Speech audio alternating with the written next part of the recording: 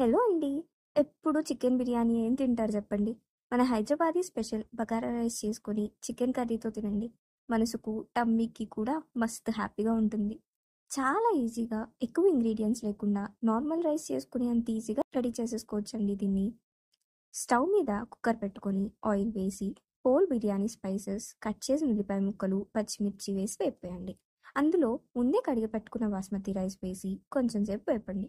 కొంచెం మిరియాల పొడి వేసి అందులో ఒక గ్లాస్ రైస్కి 3 గ్లాసెస్ ఆఫ్ వాటర్ పోసి కొంచెం నెయ్యి వేసి మూత పెట్టేయండి. ఒక 2 విజిల్స్ వచ్చాక స్టవ్ ఆఫ్ చేసేసి ప్రెషర్ అంతా పోయాక వేడి వేడిగా చికెన్ కర్రీతో ఎంజాయ్ చేసేయండి.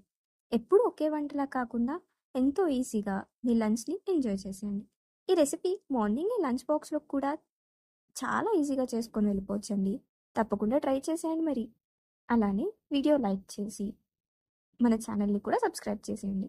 ఇలాంటి ఈజీ రెసిపీ ఐడియాస్ నాతో పాటు మీకు కూడా ఇచ్చేస్తాను.